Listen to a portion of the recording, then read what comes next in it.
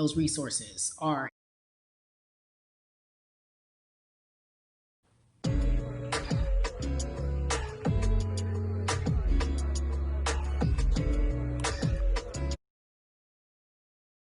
Way that we can talk about hip hop, or even the fact that we want to talk about activism, black voter suppression, without bringing in this guy straight from Port Arthur, Texas.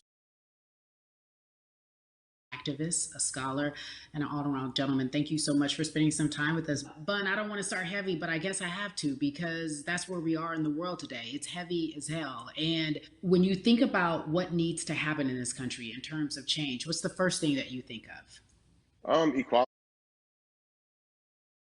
right? Black people need to be seen as equals in this world. You know, we had to fight just to be recognized as a full citizen in this country and not three-fifths. The world is now seeing what we've known for so long in the culture and in the community. The one way that we can fight is obviously voting. Talk to me about what voting means to you. I hear people all the time talking about one vote doesn't matter and that voting doesn't make a difference. If that's true, why do they work so hard to suppress the black vote? Because they understand the power of the vote. And so it's time that black people collectively also understand the power of their vote.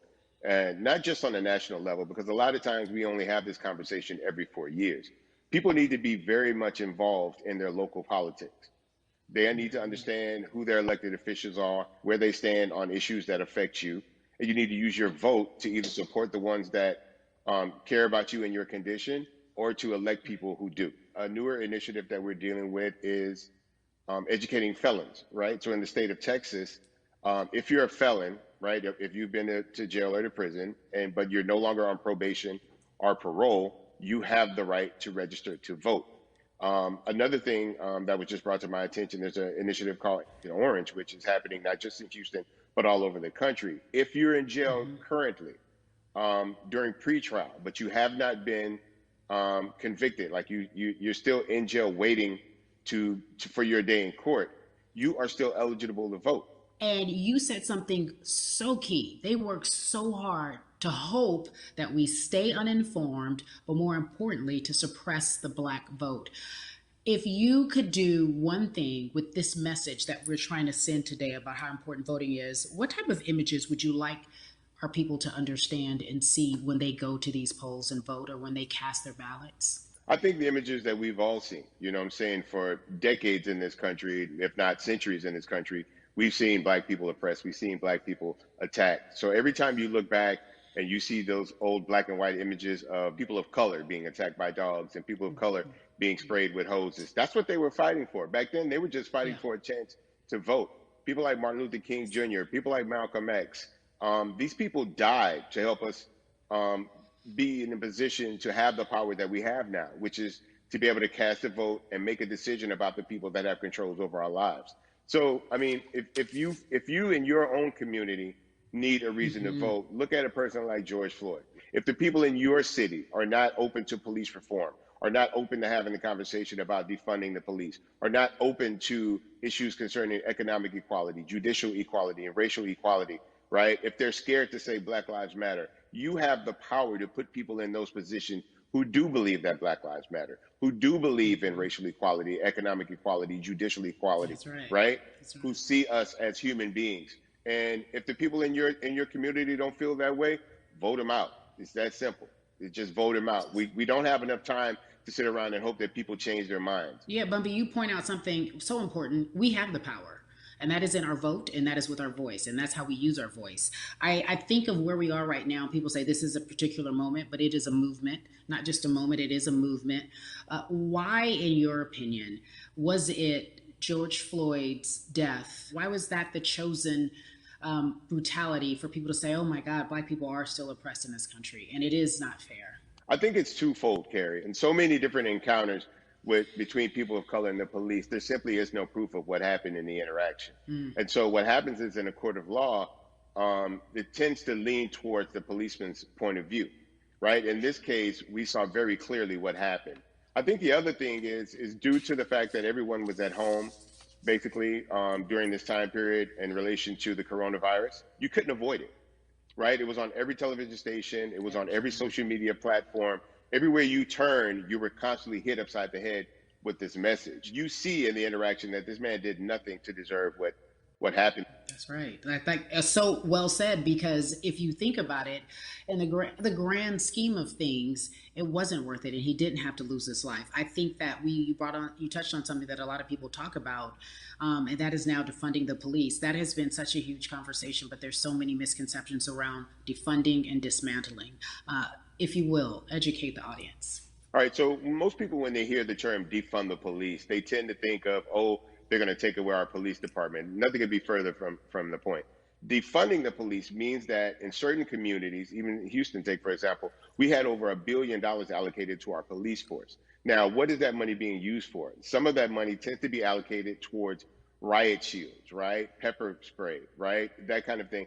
That's only used against the people that fund this budget, right? So why would the people want to supply the police with the means to oppress them? If the police are concerned about the situations in certain communities with a higher crime rate, well, higher crime rates tend to happen in communities where there's not employment opportunities, right? There's not a lot of social services, and people are going to do what they need to do to take care of themselves and their families. When the community has more opportunities for employment, more opportunities for upward mobility, then they tend to be less of a strain on the government.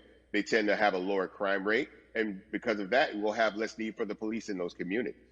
You are passionate about so many different things in terms of making sure that we are holding our leaders accountable. Talk to me about some of the other projects that you're working on. Well, right now, obviously, being a part of More Than a Vote is essential. We're dealing with primaries in this country right now. And we just want to educate people. We want to inform people because people are tired, they're angry, they're concerned, and they want information and they want action. And so we want to make sure that we give them the right information and lead them in the right direction. And we thank the people that do not look like us for standing with us right now, because it's very important that people who aren't Black be involved. Because if Black people could have gotten rid of racism, we would have done it hundreds of years ago. And so I'm trying to use my voice and my platform just to let people know that if they feel like I do, there's a number of places they can go to enact change in their community. People need to know about how their city council runs. They need to know that they have the ability to speak when city council meets, to let them know that that's not the way that they feel their city needs to be run. Those are not the places that they feel the money of their community needs to be allocated. And Bubby, even a step further, they can run for office in their local community. They can run for positions. Like, people act like they leave it up to somebody else. If you're upset, it's not hard to get on the school board. It's not hard to be a part of the city council. It really isn't. And depending on how small your town is, you could be a mayor. It's the power is with the people. And we need to just know that that's happening.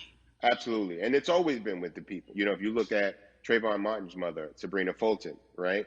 She felt that there was a system of racism and a system of oppression that led to her son's death.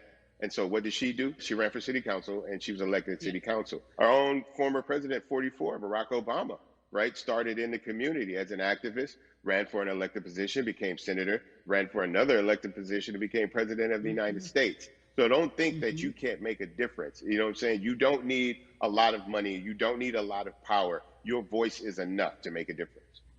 Amen. I feel like I need to go out and run for something. You gave me a rousing speech there, sir.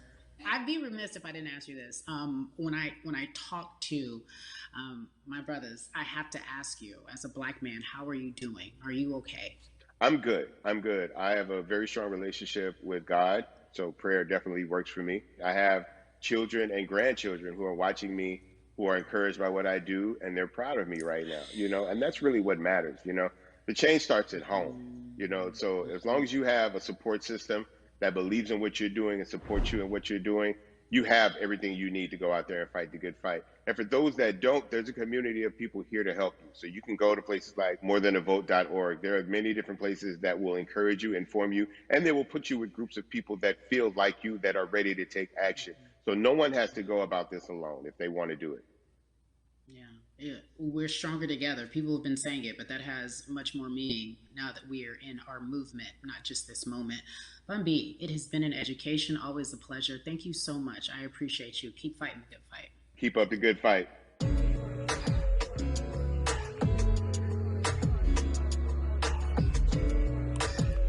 Yeah, la la. So our next guest, I have to admit, I'm a fan, but there are so many different people that we could talk to, and I thought it was so imperative that we speak with her. You know her as Molly on the huge, successful show Insecure, HBO's Insecure. She also has a comedy special highlighting her Nigerian roots, and she's an amazing podcaster. Let's welcome in Yvonne Orji, everyone. You have such a beautiful way of making things funny, giving us our medicine with some candy, right? The humor and the Yeah. healing. You bring all of that to your space. And right now, as you look across this country and how everyone is so broken and so upset, if it's not social injustice, it's the pandemic, it's depression, it's unemployment, the list goes on and on. How are you doing, quite frankly? I am I'm rediscovering self in a way I that is hard but necessary, that will lead to ultimate joy. I know it sounds like a lot, but no, I think I personally think that God put all of us on a global timeout. Like we just, America hasn't done as good as other people when it comes to timeouts, because everyone else is out playing at recess, and we're still in the principal's office hoping and wishing we can come out. But I think that if we settle into the timeout and really learn the lesson that we're supposed to learn from this season, I think we'll emerge better. We'll learn how to play well with others in more ways than one. And Mm. so personally for me, I'm taking this time to learn me in a new way. I feel like I'm being ushered into a new season, and I'm getting still, because sometimes the busy uh, confounds the work that we're supposed to actually be doing. We're busy doing other stuff, but we got work that we need to do on the inside. And I'm leaning into it. I'm like, dang, I thought I was gonna be able to rest like everybody else. And God's like, nah, we got work to do. You know what? And I think that's what everybody is saying about 2020. It's demanding that we be better. And you said it's a global timeout. What do you mean by that? Yeah, it's like everyone sit down, be humble, to quote the great prophet Kendrick Lamar. But like, no, seriously, sit down and let's reevaluate some things. Let us unearth and shake up the things that we have been trying to hide within ourselves, within our nation. I think America is going through an unraveling right now, a much needed, a much necessary one. And I think all eyes on us, right? There is no, oh, I was on the subway for an hour, so I didn't miss that thing that happened. No, everybody was home. Everybody, was watching when George Floyd died, and everybody, no one could hide it. Everyone was watching when Amy Cooper called the cops. Like, this is a time where it's like, oh, we can't pretend it away. We can't excuse it away. No, no, no, no, no. It's a global timeout. Sit down, watch, and let's learn.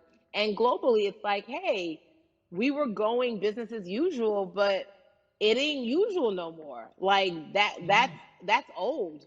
Anytime change occurs, it's very uncomfortable. And so right now we're sitting with we're getting we're getting comfortable with the uncomfortable. The minorities, we've been comfortable with being uncomfortable because that to me explains just the existence for whatever we want to do, how we break into our careers, how we live our lives, how we find ourselves one of the few or one of the first. And that's a lonely road. When you look at and when you talk about this global timeout, everybody had to pay attention to Amy Cooper, everyone had to pay attention to George Floyd. How is that helping us as a people, as a country during our global timeout? I think, well, one, we're not minorities, Carrie. You already know it. It's like these labels that they put on us. It's Yeah. like the same way of saying like black on black violence. Also, there's no white on white violence. It's branding, Yeah, right? It's great. All Yeah, branding. you're right. You're It's right. like white people kill white people every single day. So no,